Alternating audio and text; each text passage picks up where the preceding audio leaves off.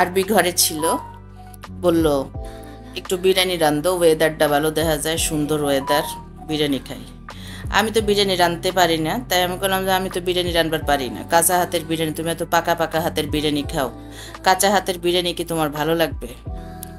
সে কইল যে কাঁচা হাতের বিরিয়ানি আমার ভালো লাগে, আমি কোনো অন্য কেউ রানলে এই বিরিয়ানি খাবো না, তুমি রানলে খাবো।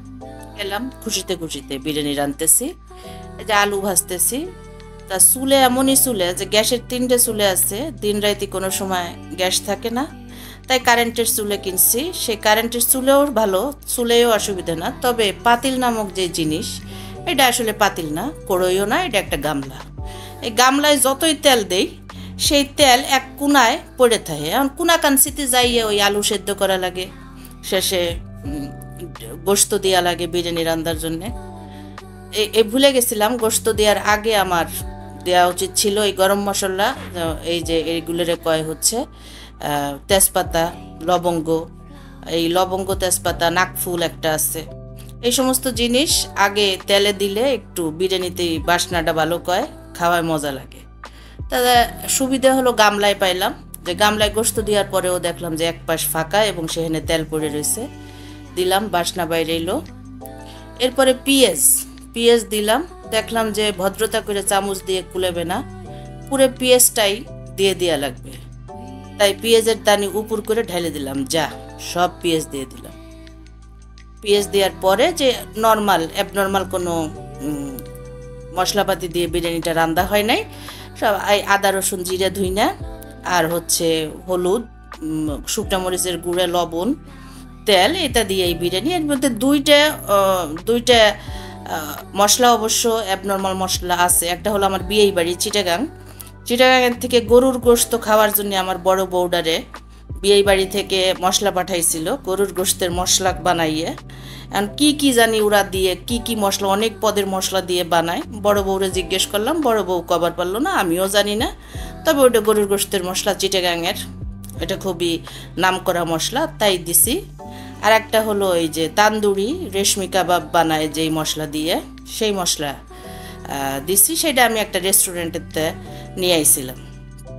ওই মশলাটা বানায় 27 রকমের মশলা। 27 রকমের মশলা পৃথিবীতে আছে বলে জানি নেই, নতুন শুনলাম। তান্দুরি আর রেশমি কাবাব বানানোর জন্য বলে 27 রকমের মশলা গুঁড়ো করে পাউডার করে দেয়। সেইটা দিছি, সেটাও আমি আনাইছিলাম।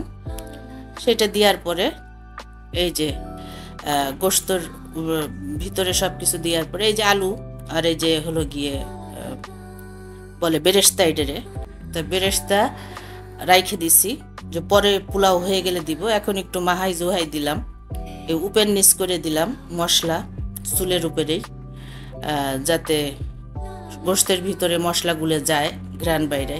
রসুন, আনাম রসুন এখন সবাই দেয়, এবং হাঁস রানলি দেয়, গরুর গোস্ত, খাসির গোস্ত রানলে আনাম রসুন দেয়। এই আনাম রসুন আমার কাছে দারুণ লাগে যখন নরম হয়ে যায়, চুইসে খাওয়ার জন্যে, তো চুইসে আমি খাই। আনাম রসুন 2টা দিচ্ছি। এই যে গোস্ত প্রায় হইয়ে আইছে, আলু দিয়ে দিলাম, কারণ বিরিয়ানির আলু কোনো সময় শক্ত থাকলে আমার ভালো লাগে না, নরম হয়ে গেলে তুলের মতো আমার কাছে খাইতে মজা লাগে, তার জন্য আলু দিয়ে একটু নাড়াচাড়া দিলাম। আর এখন অপেক্ষা করতেছি গোস্ত একটু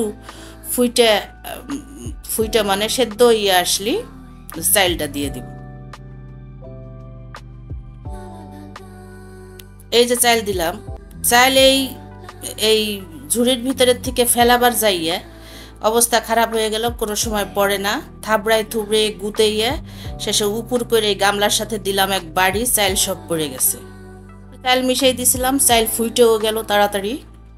ফুটে যাওয়ার পরে দুধ চিনি একটু দিছি চাইল ফুটার পরে, আর একটু লেবুর রস। এই দুধ চিনি যে কে মানুষ বিরিয়ানিতে দেয় জানি না, এত ঝাল মশলার ভিতরে এই চিনি দেয়, দুধ দেয়, গ্যাস্ট্রিকের আর কি সমস্ত লিভার আর স্টমাক খারাপ করার জন্য সব কিছু মুহি ভালো লাগে। তো এই চিনি দিচ্ছি, চিনি দিলে কিন্তু আমার কাছে বিরিয়ানিটা ভালো লাগে। তো গ্যাস্ট্রিকের সমস্ত উপকরণ এই বিরিয়ানির মধ্যে আছে, দুধ চিনি দিয়ে, তার সাথে আবার লেবুর রস হয়ে গেছে। কাঁচামরিচ দিলাম দমে রাখার সময়, কারণ আরবি আবার কাঁচামরিচের বাসনাটা পছন্দ করে মানে কাঁচামরিচ গইলে যাবে না, কিন্তু দমে রাখার আগে একটু দিলে বাসনাটা কইলে পছন্দ করে। হয়ে গেছে বিরিয়ানি। বিরিয়ানি দমে রাখাও শেষ। এখন একটু ডেকোরেশনের ব্যবস্থা, ওই যে আগে বেরেস্তা করছিলাম সেই বেরেস্তাটা চারপাশে ছিটেই দিলাম। ছিটাই দিয়ে জিজ্ঞেস করছি খাওয়ার সময় আরবিরে যে কেমন হয়েছে বিরিয়ানি। বিরিয়ানি তো রানলাম, আরবি খুব মজা কইছে যে মজা হয়েছে, কিন্তু আমি খাইছি আসলে মজা টজা কিছুই হয় নাই, কোনো রকম নর্মালি খাওয়া গেছে। একবার খাইলি যে ফিরে আবার খাবার মনে করবি এরকম কোনো কিছু হয় নাই। মনে হয়েছে যে গোশতের ভিতরে পোলাও দিয়ে রাইন দিয়ে থুইছে, পোলার চাল দিয়ে।